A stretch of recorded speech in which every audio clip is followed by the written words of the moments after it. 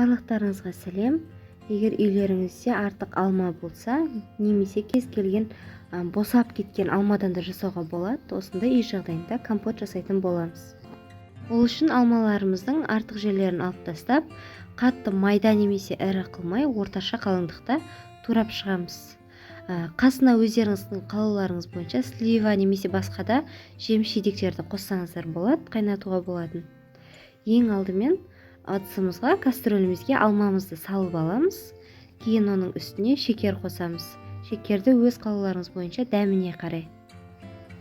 Кейін оның үстінен салқын суымызды құямыз. Мен 5 литр су құйдым. Дәмі кетіп қалған жоқ, өте дәмді болып шықты. Менде үлкен-үлкен 6 алма болды. Сол себепті суды көп құйдым.